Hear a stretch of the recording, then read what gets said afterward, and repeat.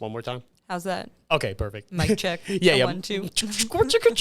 Slim Shady. It's like, yeah, I gave up podcasting. I'm just a DJ now. Absolutely. This is the DJ Eli podcast, and Joni, my co-DJ here. We're gonna spit some beats for you, and yeah, we're gonna make it a good night. Yeah, Blow the roof off this house. Absolutely. Well, actually, no, you need the roof on this cafe. Gotta make sure you're serving these people some fine coffee. That's thank you again. I appreciate it. Of course. It's definitely good. But no, thank you so much actually for just accepting a random person, just sending you a message like, hey, you want to come on a podcast? Like, I appreciate your time.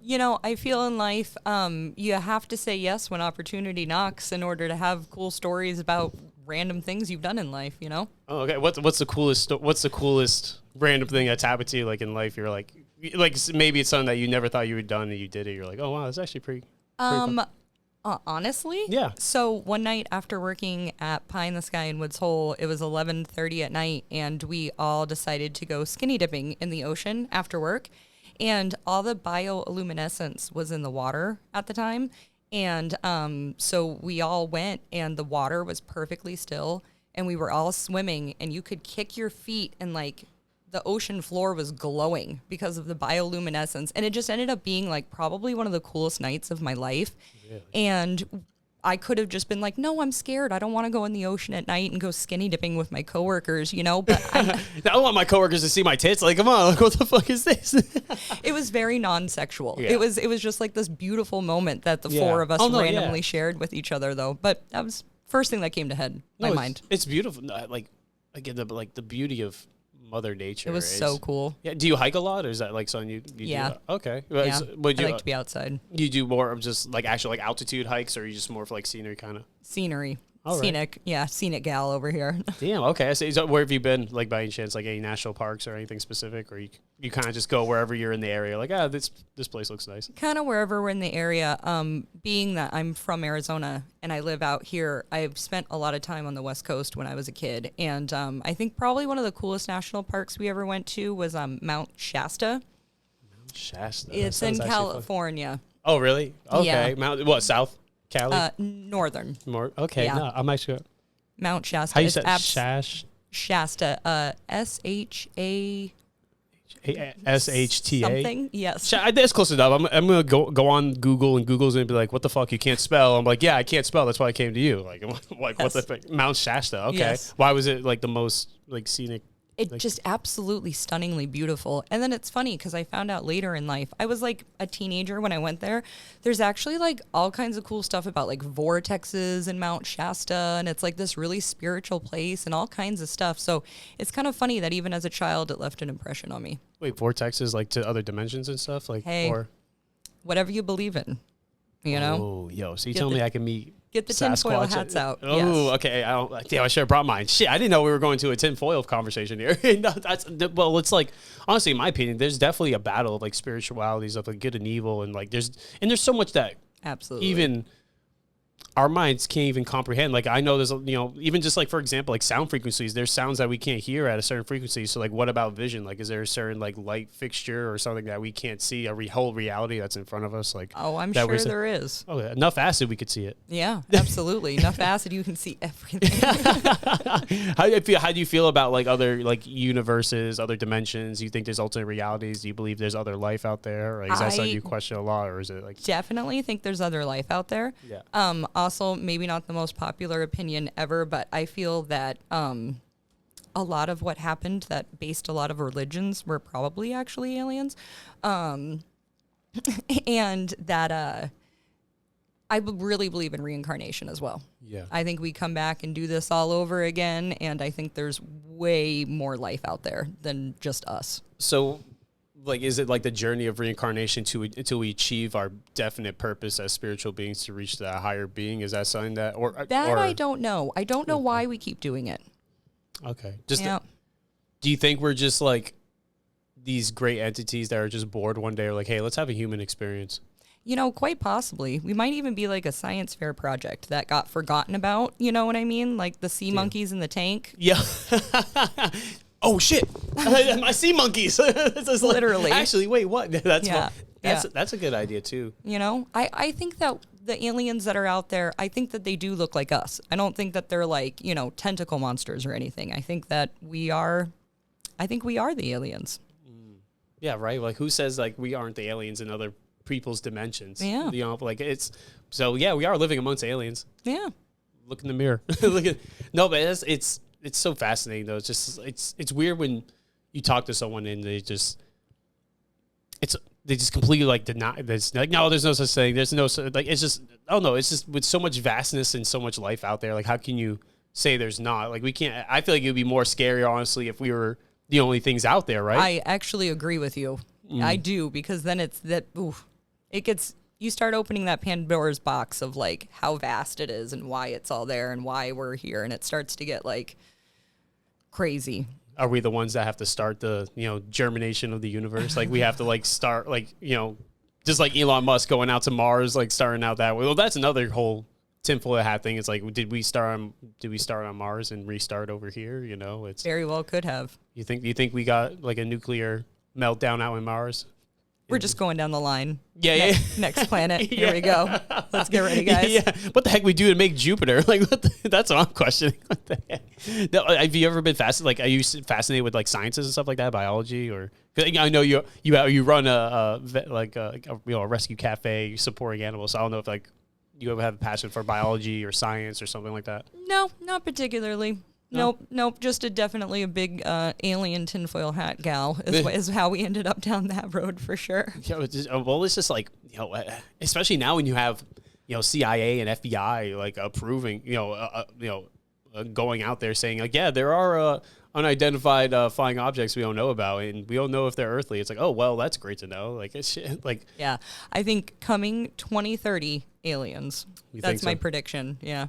Really? Yeah. It's 2030. 2030. They're going to drop aliens on us. Yep. Boom. Yep. So you think it's what do they call it? I think it was the Blue Bean project. It's Blue Book.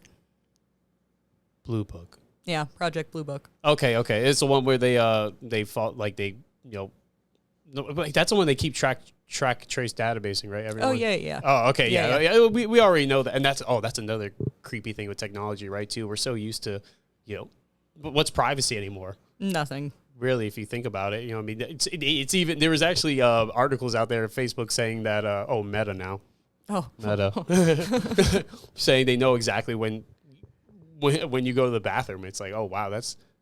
I believe them. Oh, 100%. Yeah. How do you not believe Mark Zuckerberg? He's an alien. Just look at his face. He's the lizard people. Oh, yes. That's another conspiracy. Definitely, every politician's a lizard. Yes. If I was a lizard, I would be a gecko. Maybe a chameleon. Chameleons would be cool, actually. I would want to be a chameleon. Chameleons are the animal I'm the most afraid of in the world. Wow. Why is it? Why? Because they switch up on you? They're not loyal? No, I don't like their hands and feet. Yes, they are like these weird little, and then they move and they like for a second. And it really weirds me out. And they are one of the only animals who live in every single terrain on our planet. Wait, really? The frozen tundras, the barren deserts, the jungles. They live in all terrains. I like Animal Planet. I like to watch nature documentaries. And this is a true statement. Fact check me. Yeah, chameleons live in every type of terrain we have in the world. Yo, I did so not. Hypothetically, if something were to take over planet Earth, my bet's on the chameleons. You literally blew my mind. I did not. That's crazy. Now I'm gonna have to go on a deep dive of conspiracy theories of chameleons taking over the world and taking over. Please do. I'll send you my rough draft MLA format. Yes. You know, and if you approve it, then I'm gonna send it off to. We'll start the Facebook group. Oh yes, perfect. Get Instagram, get the TikTok going. We'll have influencers promote it. Yeah, but we got this. We can get this going, and we might even have a cult following soon. I know. I can't wait. I can't wait. Just chameleon people, and then we give everyone traditional like muffin like mittens that look exactly like chameleon. The chameleon cult. Yes, exactly. Am I chameleon enough for the chameleon club? Oh God. I was, but like I'm. With did you always have? I know it is kind of not sidetrack. We're kind of still going on track, but have you always had like such a passion for animals and Like, you ever want to get into the veterinary field? Or No, so actually that part of the Rescue Cafe is kind of just kind of came to me in a light bulby kind of moment. So I always knew that I wanted to own my own restaurant, but I have this really strong feeling inside me that if you ask a community to support you, you need to do something to support your community back.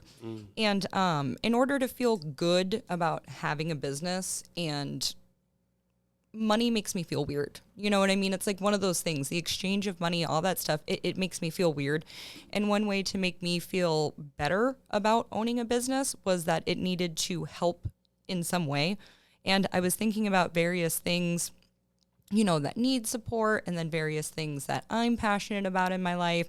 And then it all just kind of came together in a light bulb moment where I was just like, we are going to open a cafe.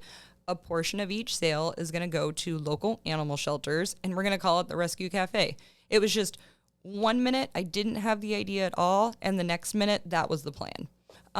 You know, with obviously knowing I was always going to open my own place, but I didn't know what it was going to be called, what it was going to look like all of those things, and then it just came to me. And I'm so happy that it did, because it has been absolutely amazing. Animals don't have enough people that support them. A lot of people think that all the shelters are supported by the towns or the governments, or they get money from the ASPCA and stuff like that. It's absolutely not true. The shelter that we donate to monthly is called Care South Coast. They're located in Acushnet, Massachusetts. That's where we started. We started as a food truck, and the food truck was in Acushnet. So, and I also lived in Acushnet at the time as well, so it just made sense that we supported Acushnet's animal shelter.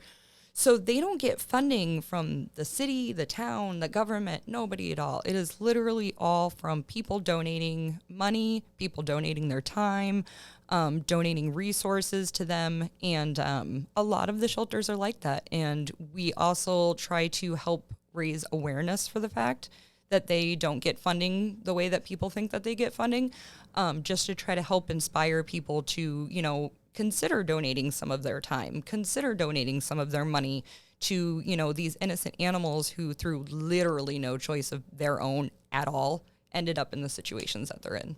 that honestly, that's another a wake up call for me, because again, like, I thought honestly the shelters were funded by local cities or states, something like that too. You would think, but damn, that's actually really mind blowing. But hopefully now a lot more people. I think this is actually great too, because it gives opportunity for people who want to make a difference and find a purpose in their life. Like, go out there. Like, there's a shelter probably right next to your house. That needs an extra hand. Maybe if it's just to watch the dogs, watch give some food out in the morning and stuff like that too. But Yep. see, and because I feel like a lot of people's, we talked about it before, but a lot of people, especially with COVID, it really affected communities. And to see you building a community, giving back as well, and keeping that the spirits and hope alive. A lot of people lost hope in just the future of what things are to come. We were very hazy on what's going to happen next, and and it's also help a little furry friend that might even come. You might even bring it back home to your family. Who knows? It's just just simply doing that can make an abundance of difference in people's lives. So. It's good that you're shining a light as well. And so do you go around, do you go around traveling to like other, shelters and stuff like that as well, to try to get them to like participate as well, to help you with like, maybe getting the word out there knowledge wise? Is that something you're going to try to do? Like maybe do some public speaking things to get people more involved? It's actually something that I'd never thought of until just now. I don't like to take any of the credit away from the shelters, because honestly, all that we do is donate a little bit of money their way. The people who run the shelters are the people who are really doing the hard work. We're just, trying to help out with the part that the money is just as important as everything else. They need it in order to keep the lights on, to keep, the rent paid, to keep food in the bowls. But yeah, no, we definitely, because we aren't a shelter, we let them do their work, and we just donate some money. One thing I always try to tell people is, it is that part of the cafe. It's not a gimmick. It's not what we base like the entire cafe around. It's not even something that I really talk about very much on our social media or things like that, other than just the simple statement of, we're a mission-driven coffee shop that gives back to local animal shelters. Just once again, because it's a privilege to be able to give back to the animal shelters. Like, it is a thing that I feel so fortunate to be able to do because of the position that I'm in. We've always wanted to be an inspiration to other businesses to get involved and to try to help out as well. Because it's amazing what if everybody picks a cause, just pick something you love, pick something you're passionate about, and just give back to it just a little bit. What you can, you know what I mean? Like, if you don't have a great month, that's why it's a portion of each sale. You know what I mean? So that way, months that we do really good, we can give more. Months that aren't that great, we give a little less. You know what I mean? But just the fact that, you do something to try to make the world a little bit of a better place. You're in a position where, your community supports you. People come in through your doors, and if they stopped, you would be out of business, So we just try to pay that forward. And we also host a huge Easter egg hunt every year. Really? Yes. Once again, I'm from Acushnet. We started in Acushnet, and Acushnet didn't have an Easter egg hunt. So I decided randomly that we were going to start hosting an Easter egg hunt. It takes place at the Acushnet Sawmill, which is a nature preserve. So it's a mile-long hike that you have to go through. So Buzzards Bay Coalition owns it, and they let us use the space for free for the day. And we put the eggs out in the trails for the older kids, so they actually have to walk. They have to go outside, and they have to walk like a half mile to get their Easter eggs. Wow, that's a smart ass idea. It's hey, really cool. Go out and touch grass, kids. Yeah, yeah. I have parents that come up to me afterwards, and they're like, "I haven't gotten this kid to go outside for a mile walk, and I can't even tell you how long." And here he just ran it. Wow. So that's a really cool thing. But once again, we do that just simply to give back to the community. Mm-hmm. We're always, they host a Halloween party at Town Hall in Fairhaven every year. We're there giving out candy to the kids. Anytime there's something cool going on, we just really try to get involved and help out the community. Although, financially, we do try to keep it on brand and just help the shelters because you can only do so much. You know what I mean? But we try our best. No, and that's all you can do. And I mean, like you said, look at how many lives you touch, especially with families, like you said, just to get their kids outside and, socially, out, and especially just physically active nowadays. That's, thank you isn't enough, So it's just, be proud of the progress you made now and be excited of what's to come. No, you're the one doing it. I'm just, giving you flowers for it, And honestly, see it. Excuse me. Sorry. So I want to actually go back a little bit and talk about we did talk about, I want to go into your origin story with being in the the trailer and all that. So what were the first steps? What was the ideas? What was your foundation that you started at to get you to where the trailer is, just to those steps first off? Well, I do have to say I'm a very fortunate person because from the age of 5 years old, I knew what I wanted to do for a living. People would be like, what do you want to do when you grow up? And I'm like, I'm going to be a baker when I grow up. What do you mean? You know what I mean? And so luckily I was very single-minded in that regard of I didn't have to try to find myself. So that's how I was able to, start my first baking job the night I graduated high school. When I moved out here, start at the Big French Bakery and work there. And, but the idea for the trailer started probably about 3 to 4 years before I actually opened it, in the regard of I had to start saving money, because that's the biggest thing that you need to open a business is you need to have money.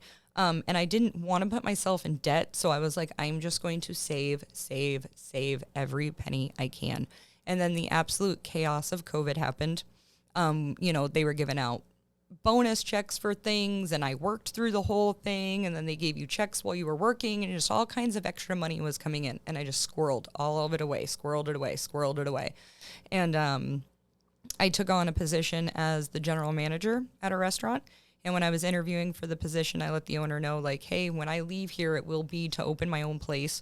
So we had kind of come to an agreement on that, and I started I also consider that as preparation for opening the cafe, because I needed to know how to run the business side, how to order everything, how to do all of that kind of stuff. I had already done the like working in the restaurant part for years and years.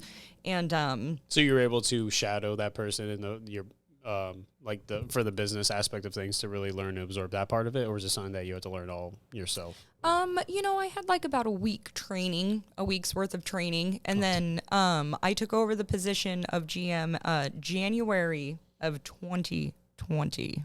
Oh. Talk about hey, have a surprise. Yes. Lockdowns, motherfucker. Yes. So we had to figure out how to guide the restaurant through COVID. You How know was what that? I mean? Like, it was wild, but it was so good. I learned so much because just when we had it all figured out, the next week it was completely different and we had to change the whole thing. I love the air quotes. Yeah. Oh, yeah. And that's a thing too, man. Especially for family, businesses or just in general. Like everybody was just such a on the edge because like, oh, what's gonna change? What's gonna happen? Like no one knew what the heck was gonna. Shit, I didn't even expect a dang world lockdown for that matter. Yeah. So like, what was the best? So you would say the adaptability was the best learning experience of that time? Okay. Yes, it was because it made you be able to let go of things and pivot. Yeah. You know what I mean? It's like, yes, we spent all this time figuring all this out, but now you know what? It's like the Japanese sand art where you like make it and then you just erase it all. Yeah. You know what I mean? It was like same thing. You make all those plans and then you just get rid of them and start completely over again. But it's a good lesson. You know what I mean? Our plans mean very little in life sometimes. You're right on that one for sure. And it's like, all right, I got plan A through C done, but we're probably going to do plan F, which you don't have planned. It's a not half-ass, but you know what I mean? At least try to bump it up as much as you can. Sometimes half-ass, but hey. Sometimes it's half-ass. Yeah, no, exactly. But I think that was it a very hard lesson to learn like that first time? Like you said, you do all this work to prep you think was good and then have to restart again. Like what, like how was that mental challenge? Like, it was really strenuous. And two, I worry about anyway. I always worry about if people are upset with me. So, not only did we have to worry about like our employees upset with us, are our customers upset with us? Is everybody in the world upset with us? But just realizing that like, nobody was upset with us. Everybody was understanding. We were all just trying to figure it out. You know what I mean? It just, I don't know, the whole thing, it was a very, very valuable lesson. It's like you're not going to explode into, a million snakes and get shot out into the sun. Like everything's okay. The snakes, that's funny. I like that. Yeah. I love it. We kept the reptilian thing, though. Yes. Yes. But I was going to say, definitely kudos because, a lot of people, I feel like that's the beauty of life, though, is seeing what you're truly capable of. Life gives you curveballs, like, many of them, and it's how you react to them. Like, a lot of people who have to restart again, sometimes they just give up, but who knows what can come of it if you push that little extra harder, a little extra effort. And like, let me ask, like, when you finally put your 2 weeks or whatever it is with that like company, like what were challenges that were going through your mind when starting to finally fully go into, Rescue Cafe, all this stuff? Like, what were your worries? What were your challenges? What were actually surprising challenges that you didn't expect? And maybe even dig deep on, like, maybe challenges you thought were going to be hard that weren't hard, actually. Sorry, that was kind of like a bunch of questions. It's okay. It's okay. I got you. Well, first of all, you're going to think I'm an absolute crazy person because I physically purchased the trailer, which oddly enough was for sale in a Acushnet. Really? It was, yeah, they used it at a farm. So bought the trailer in September. My last day at my job was Halloween, and we opened November 8th. Oh. So within a 3-month period, I went from not owning a food truck at all to leaving my full-time job and opening the food truck. It all happened very, very quickly. But there was no plan B. There was no backup plan. The way I looked at it was, if I gave this 100% of my full attention and went into it full-heartedly, that I would find a way to succeed because I believe in myself. You know what I mean? I prepared for many, many years. I had been in the food service my entire life. I took on the GM job to learn the skills I was missing. I had saved financially for years, and it was like, we're going into this, you know what I mean? 100% going in. One big challenge that I didn't know how challenging it was going to be. My first day of business was like the most depressing day of my life. Nobody knew who we were. Nobody knew we existed. We had no advertising budget. I'm not from Massachusetts. I'm from Arizona. And then on top of that, I had lived down on Cape for the first 11 years I was here, and I had worked on Cape, even though I lived in the South Coast. I had moved at that point. But I didn't have any friends here, like literally none. And I have no family here at all whatsoever either. So that first day I was open for hours and nobody had come. And I was so upset. And I had messaged my boyfriend at the time, and he messaged one of his friends and asked his friend if he could please, for the love of God, come to the trailer so I could have my first customer. So my friend John was our very first customer ever. Hey, that's it's one. You still got the one. Yes. I can, but yeah, go through that day though, because that's definitely a big challenge for because it's not like you said. People think it's butterflies and rainbows. It was not what I expected it to be. It was. I think I went home and cried for hours afterwards. But just every day, just kept going back. You know what I mean? Just kept showing up. And people started coming, and then they'd tell their friends. And I always tell people that if I can get them here once, I can get them to come back. You know what I mean? It's just getting that person to come in for the first time is the hardest thing. In that day, though, can I ask, like, did you have... because actually a big thing I love that what you said is that you have belief in yourself, and a lot of people out there need that. That's the most important thing. Is like, did you start questioning like your belief in this business, like that first day, like damn, no one's come. Like, was there anything like that, or is it just like, Dame's first day, all right? Like, no, it definitely didn't, but I did realize in that moment how difficult it was going to be to get people to come. You know what I mean? It was just something that, like, I didn't have, like, delusions about it. You know what I mean? But I had no real way of understanding exactly how difficult it is to get customers. But one thing that I didn't expect to be so easy that was building those relationships with customers. I went from not having a single friend. No, I had one friend, Heidi, that lived on the South Coast. Aside from Heidi, not a single friend on the South Coast, to now I have a full community of people. I have a full community of people. I know them. They know me. I know their kids. I know their dogs.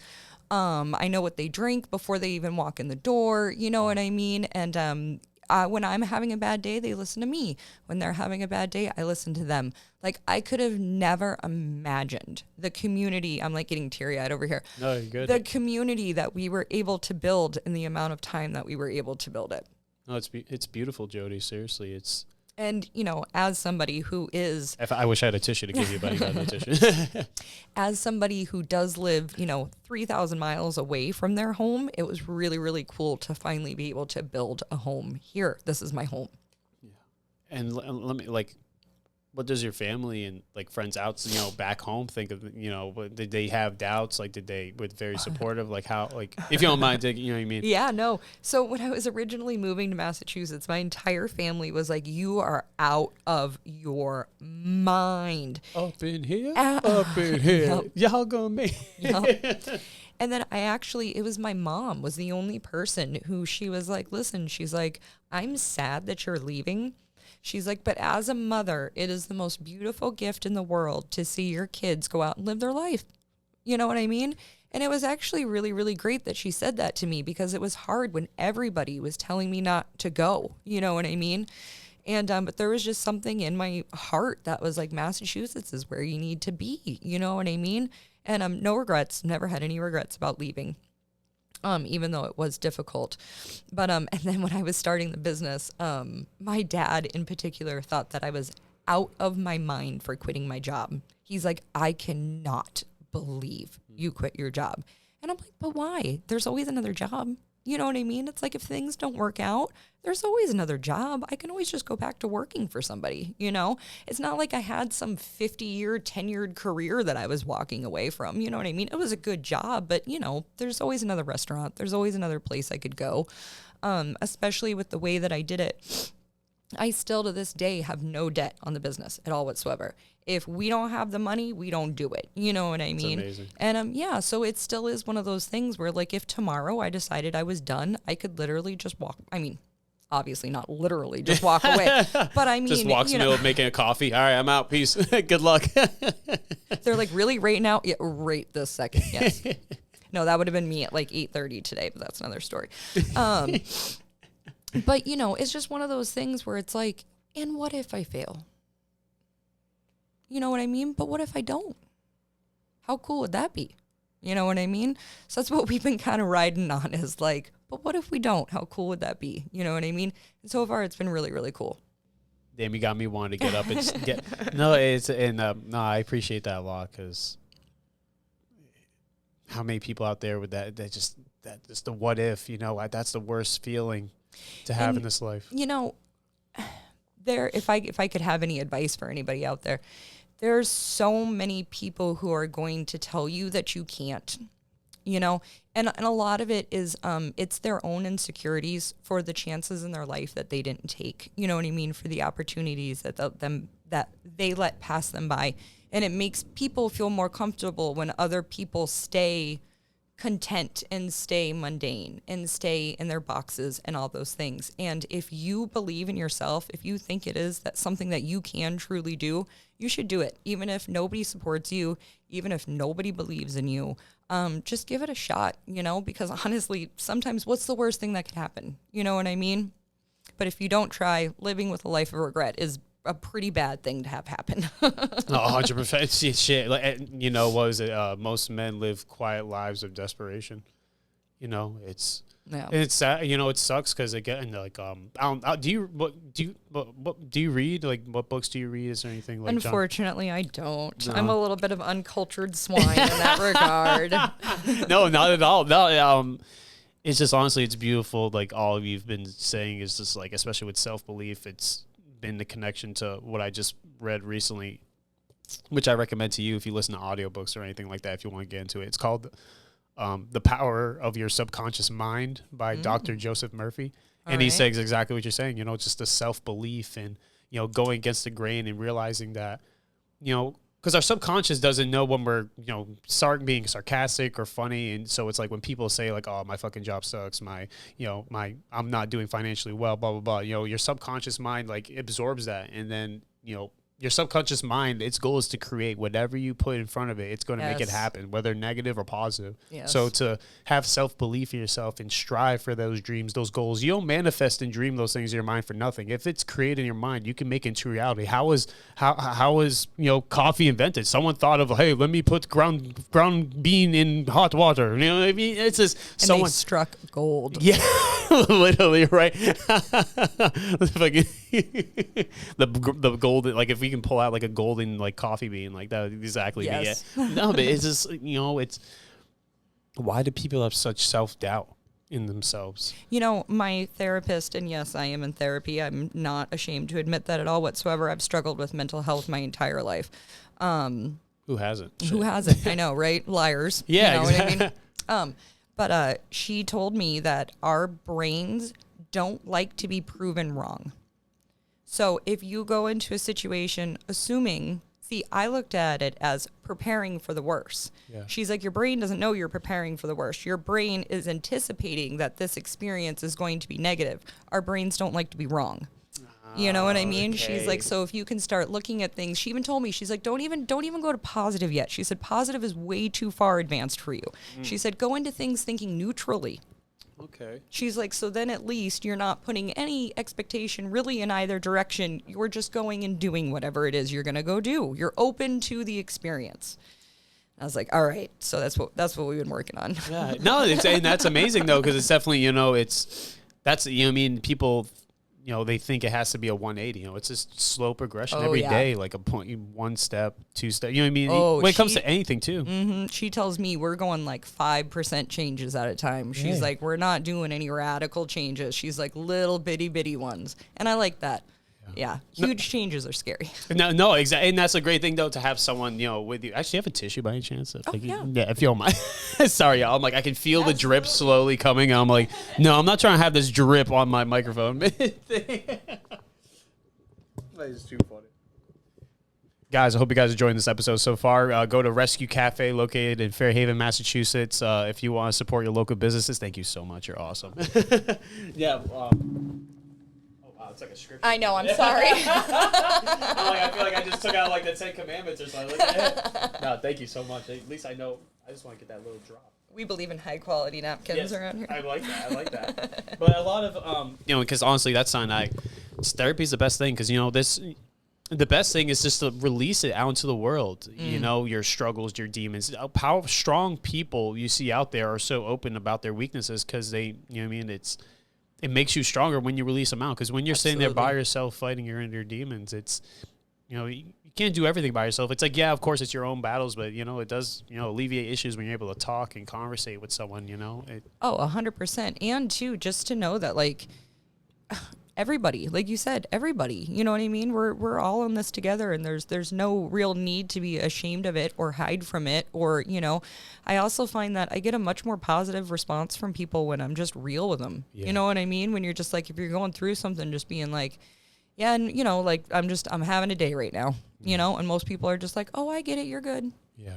And they just leave you be. They're like, oh, okay, but yeah. And it's so weird because in society, it's like people are afraid to be open, even though we do, we say we praise it, but yet people are so afraid to open up because they're afraid of the backlash and, what people will think about them. Like, think of them differently. But like you said, if anything, people are going to look and be like, wow, like, you're more human than I thought. It is funny, though, because things definitely can be perceived incorrectly. Like, I remember we managed to acquire a very large Facebook, I think it's very large anyway, Facebook following in the couple of years that we've been open, and which is fantastic. It happened organically, all on its own. We don't pay for any of that or anything. And I am very much just myself on it. I talk in my tone. And I had just made a comment once. We had to close for COVID over Christmas. I got COVID over Christmas. And I had a stack of catering orders that I had to cancel, all of them. You know what I mean? And it was just, it was just one of those things. And then immediately afterwards, I was going to Arizona. My niece was getting married, and I hadn't been home in 5 years. And I was like, I have to go to my niece's wedding, So then immediately afterwards, we had to close for a week. I went to Arizona, went for the wedding and came back. And I just made a post with everybody just being like, hey, I'm in my feels. You know what I mean? Like, we had to close. We had to cancel all these Christmas orders. Then I had to leave and go to this, I hate to say I had to leave and go on vacation. Poor me. But I had to go. You know what I mean? It was my niece's wedding. The tickets were already purchased. I had to go. You know what I mean? And, but I just pretty much like having a human moment and just being like, things suck right now. And thanks for being supportive. Everybody took that as we're closing. Like really? It's almost goes back to that, like, people low-key want you to fail. You know what I mean? Like, we have a lot of people who are very supportive, and I know they're really supportive and they really want what's best for us. But then there's also those people lurking in the background who just like, I feel like are just like waiting for us to fail. You know what I mean? And it's funny because we're nowhere even in that category of even thinking about failing. You know what I mean? Like, oh, wait, nope. I wanted the round of applause. Fuck, I didn't mean to laugh. I didn't mean to laugh. No, but oh, dude, that's... it's just one of those things where it was just like, I was just trying to share my like a little bit of my personal frustrations and like how I'm feeling right now. You know what I mean? And, but you kind of see them all appear out of the woodwork, and, sorry, that was a weird tangent. No, I think it wasn't weird at all. I think, again, that's another understanding fact of reality with people. It's weird because, again, this is something else too that I actually pulled up in my book. Not my book. I didn't write it. No, shit. No, I did not write a book. I am Dr. Joseph. Yeah, Dr. Joseph. Rip off my mask. It's just a lizard. No, it's, it's... people, it's so weird because another thing that negates people from achieving what they truly want, which is success and abundance, is like, don't hate the person who has that is achieving their goals, that is putting in the work. Like, why are you going to hate someone when that's something you would want yourself? Yeah. That's only holding yourself back in the end. You put what you put out there in the, that's me. It kind of sounds hippie, but it's like you put what you get what you put out there in the universe, Yeah. So if you see, you know what I mean? Like, if anything, if they see you, they should be like, oh, damn, like that.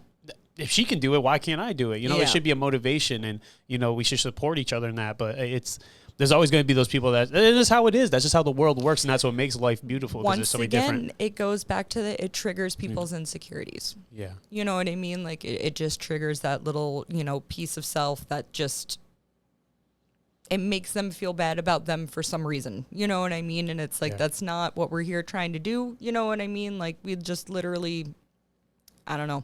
This is luckily my live streams were easy. It was just to open a little business and serve people bean water and, flour and water mixed together. Luckily those were my dreams. You know what I mean? And they weren't anything crazy.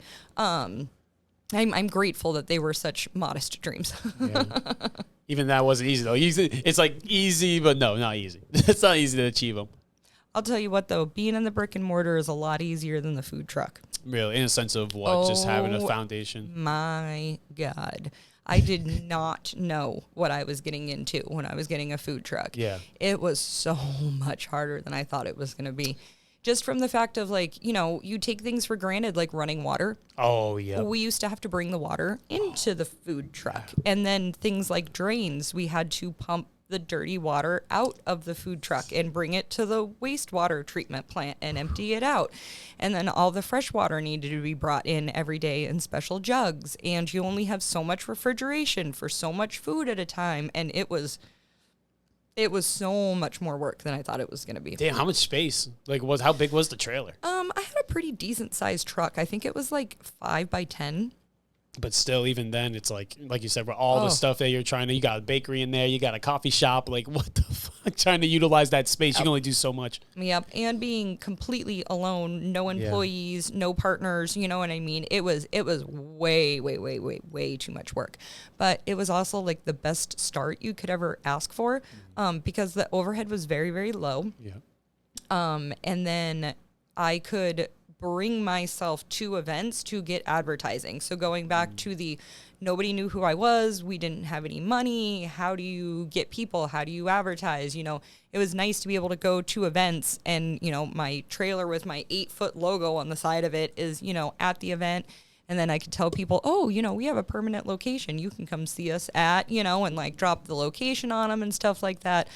So I definitely am a big believer in food trucks. I think they're phenomenal. But for me, for this gal, absolutely not. I got out of the food truck as quickly as I humanly possibly could. And now we're here. And I'll tell you, I get here at about 4:30 in the morning and I leave by about 3:30, 5 days a week. But it is like half the amount of time than when I used to work at the food truck. Oh, yeah, I can imagine. Like you said, I can't even, just already saying you got to change get the fresh water every day, take out the old water. Oh, my Jesus. Hey, but it makes you, again, it's just one of those things those struggles you have to go through, so it makes you appreciate a lot more when you have, oh, dang, I got running water. I ain't got to drive nowhere to grip. Uh-huh. Don't even get me started on the bathroom. Oh, you know what I mean? Like, hey. Just a bucket in the back. No, I'm just It was amazing to just be able to go to the bathroom whenever you need to go to the bathroom. Yes. And I was going to say, so what were the challenge, so when it came to getting the brick and mortar, what were the challenges? Was it finding the spot? Was it getting the requirements, like health regulations, stuff like that, hiring? Tell me the process of that, moving into the brick and mortar. So the brick and mortar, the location just kind of happened. One of my friends, she drove by and sent me a picture that this building was available for rent. And what was good about it is my food truck's only about 5 minutes down the road. Oh, okay. Well. Yeah. So I wanted to be able to retain my current customers that we worked so hard to get, you know what I mean, moving into this space. And I met with the landlords, and this location had been a hair salon for 28 years. So the biggest obstacle was turning it from a hair salon into the Rescue Cafe. Once again, balling on a budget because I don't have any money. And we somehow managed to make it happen. We signed the lease in December, and it took me until March 1st to get the building open. Oh, okay. So one of the biggest struggles was having enough cash flow to support paying for this place while we were getting it ready. Mm-hmm. I did have to sell the food truck as soon as we were done with it. I put it up for sale. and somebody bought it and is now living their food truck journeys. You still contact with them?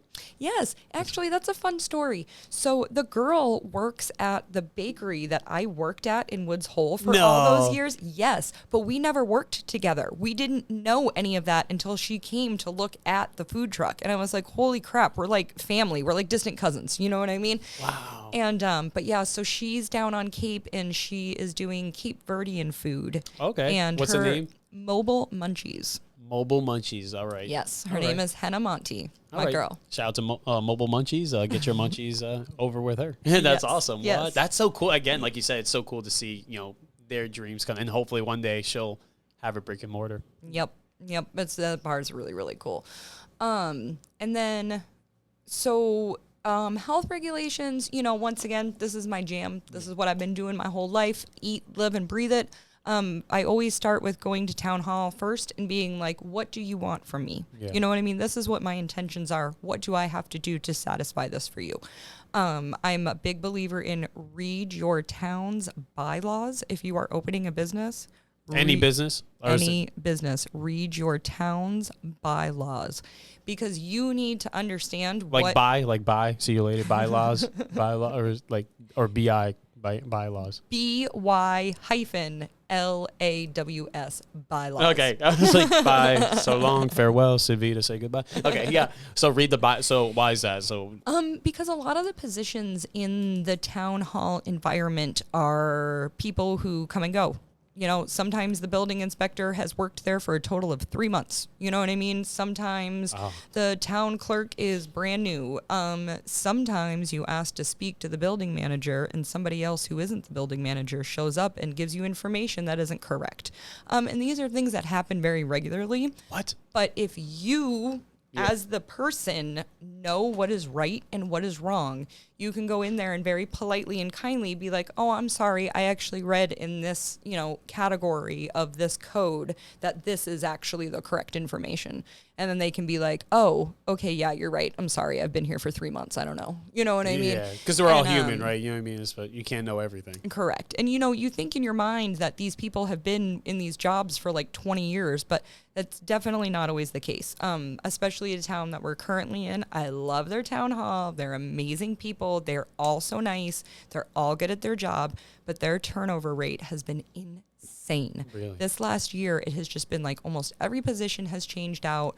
Yeah. And that person might be brand new at their job. And if you can go in with your knowledge and know what's right and wrong, you'll get a lot farther. Yeah. I feel like that's a big change in just the country too. Cause again, like I think COVID too, cause there's a lot of, people that were close to retirement. Hey, here's a retirement package if you want to retire early, and then you have now a new wave of people, my generation, our generation. It's, actually, no, it's right. I don't want to ask your age. It's disrespectful. But, just a wave of, new generation taking over now. Like even in my career, I'm a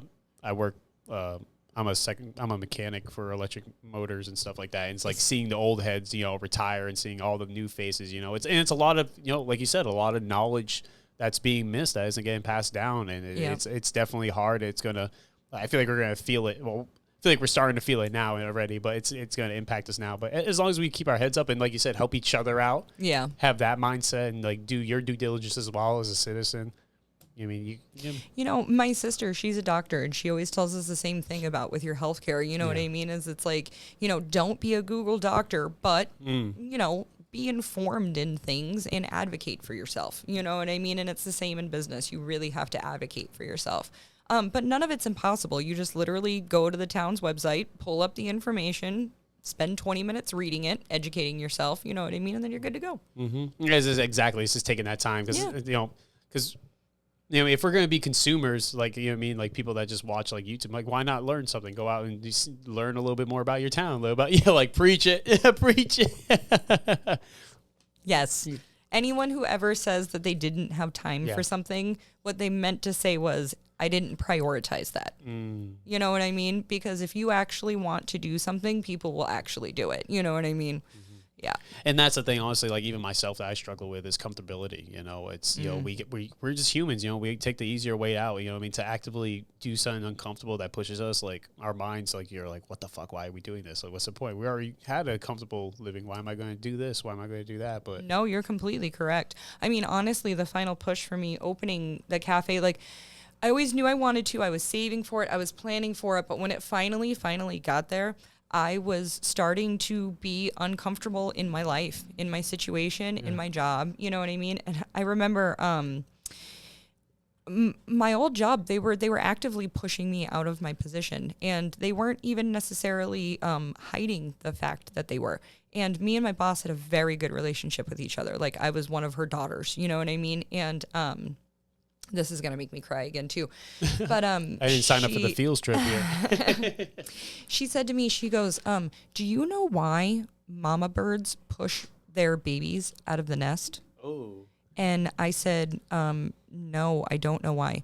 And she goes, because the baby bird doesn't know that it can fly, but the mama bird knows that it can.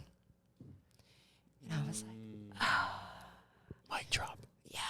so they definitely, you know, that encouragement of them, you know, making me feel uncomfortable, making me leave, you know, but not in a malicious way, but they were pushing me to live my dreams because they also believed in me. They also knew I could do it.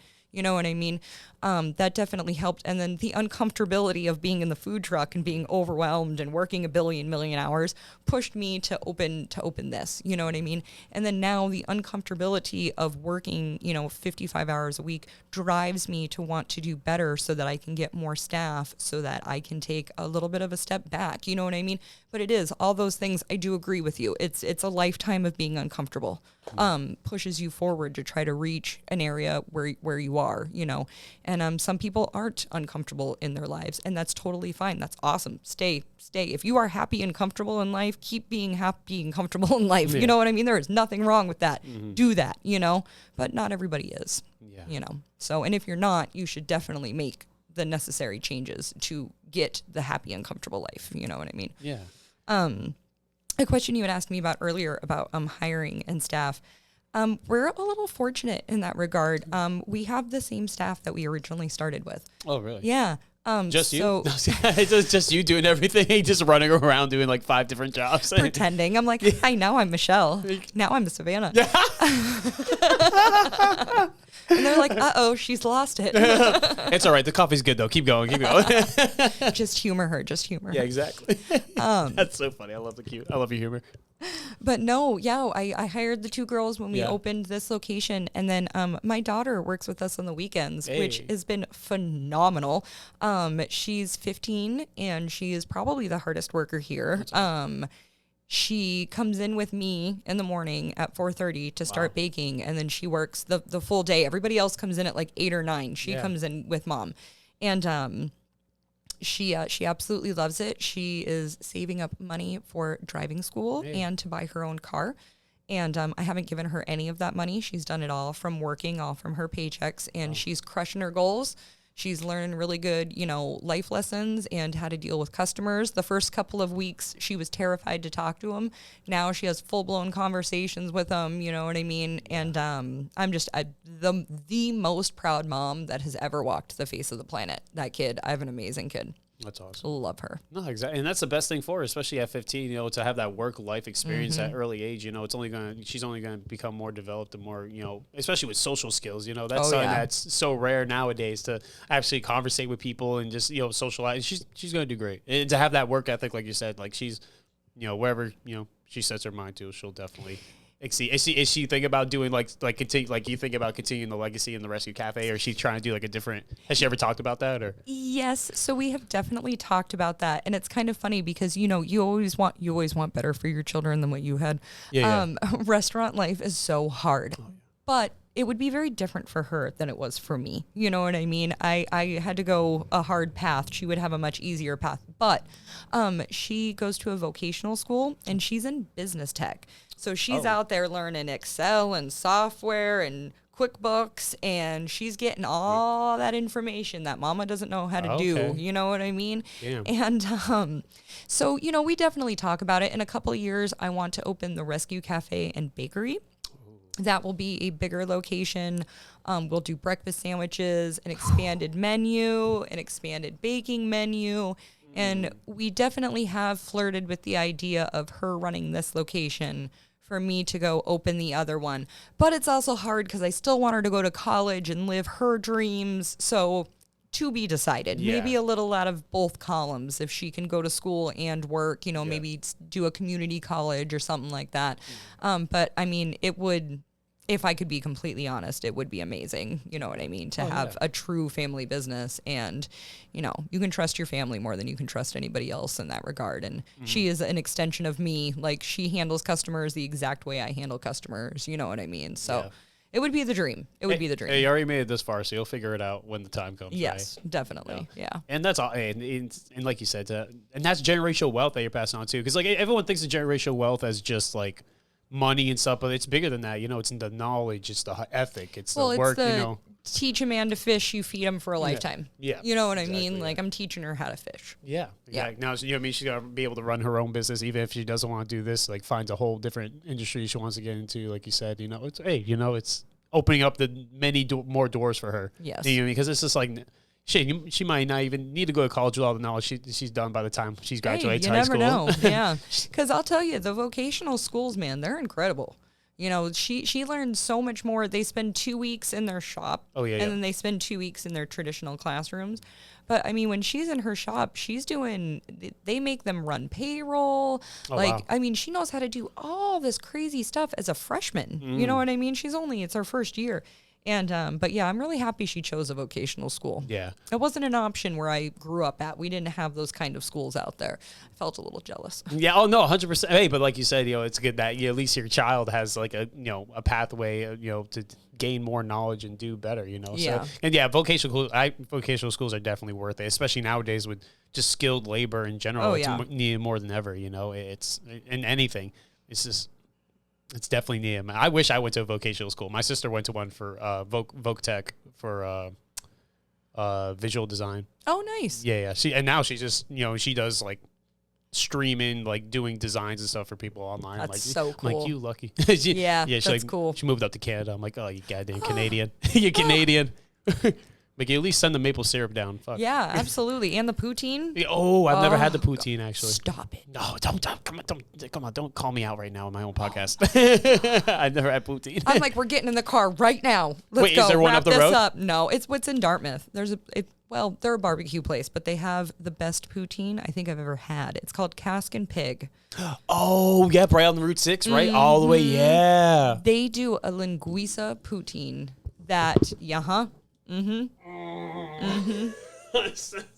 Yep, and it has a runny fried egg on top of it. It is so good. God, when you said oh, we got one camera dead. Oh. One camera died. And, oh my, but that sounds so. Oh. It's so good. I might have to go before I drive back down to Virginia. Yes. Because especially linguiça, there's no linguiça down there. There's no No. pork. Oh, as soon as I got here, I had some Portuguese nata, Portuguese sweetbread. Oh my God, I miss that culture so much. Yes. No, that's so big. I was gonna say, we have reached the hour mark. I'm sorry. We're just sitting here yapping away. No, I love it. No, this is what it's supposed to be: spontaneous conversations with guests. I don't know if we talked about the Rescue Cafe, but we talked about life. No, if there's anything else that you want to talk about, like actually, if there's any plans for the future, like any events that you want to promote, or if what are your plans for the next 5 years? Anything? Well, we talked about the Rescue Cafe and Bakery. Yeah. That is the future. Okay, gotcha. Yep, that is the future of the cafe. Okay, got you. No, that's awesome. Yeah. Oh, we should talk about one thing. Yeah, what's up? So we do Save a Cat Sunday. Save a Cat Sunday. Save a Cat Sunday, yes. So once a month at the cafe, we partner with Hearts for Paws. They are a local shelter, and they come in and bring a couple of cats that are available for adoption. They normally bring some cats that they're having a little bit of a more difficult time finding homes for. And we set up in the back room that I was showing you back there earlier. And people can come in with their children and, their whole like family unit. and sit down in a comfortable setting when the cats are not in cages. They're in a very comfortable atmosphere. We bring they bring toys and like treats and all kinds of fun stuff for the cats.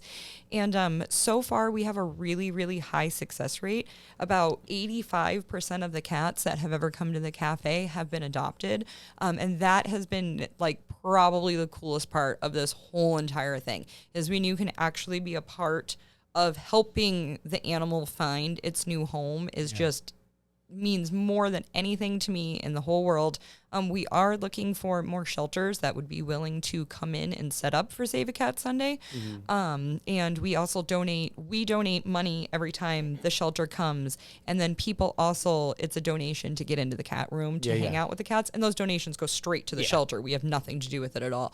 And, but it's just something that is probably my favorite part of the cafe, and really happy to be able to do it. No, that's all. And like you say, it's giving back to the community, helping, our four-legged friends out there. It's beautiful. And I love the mission you have, Jody. I love the Rescue Cafe. I love what you guys are doing. Thank you. I love the scenery too. It's actually really, you guys have to come in here. It is pretty dang badass in here. It's cute. Excuse me. Sorry. Somebody once told me that the cafe reminds them of their modern grandma's house. Modern grandma's house. And I will take that. They meant it's the comfortableness of being at your grandma's, but in a modern setting that's cool. And I was like, I will take that all day long. Yeah, now that you say that, yeah, I agree with that. You got the nice little checkerboard, chessboard table here. You can play some chess with your grandma real quick. Yep. No, thank you. Thank you so much, Jody. I appreciate. I know it's only I appreciate. It's only scratching the surface of what your story and your life is, but thank you for sharing. Thank you for just sitting down, donating your time. It's much appreciated. And thank you for letting me cross something off my bucket list. Oh, yes. Hey, wait. Yes, being on a podcast, crossed off. Yes, let's go. Round of applause. Round of applause. Thank you guys so much out there in the back of the cafe. Yeah, we have a bunch of audience hiding over there somewhere. They're just there the whole time. But no, it's and anytime you want to come back onto, when I come back in the area, you're more than welcome. If you want to promote, and any way I can help, it'd be my pleasure. And thank you. No, of course. And before we sign off, is there anything that you would like to promote and tell people how they can reach out and help you, or maybe help some shelters? Anything you want to throw out there? The floor is yours. Yeah. So pretty much we use our social media to get all of our information out there. We also use it to share what other shelters are in need of at the moment, be it more fosters, supplies, animals that are available for adoption. So pretty much if you give us a follow on Instagram or Facebook at Rescue Cafe, you can stay up to date with whatever we're doing. And the follows are huge. They help us out a lot. Awesome. Damn, my God, I got mucus. My bad. Thank you so much, Jody. I appreciate it. You're awesome. Wish the best for you and your company. And thank you guys. Both the cameras are dead. Never mind. As always, thank you guys for listening to the podcast. Please support my guests down below in the description. And as always, do the best you can for yourself and the people around you, because you know why. You deserve it. Have a great day, and peace.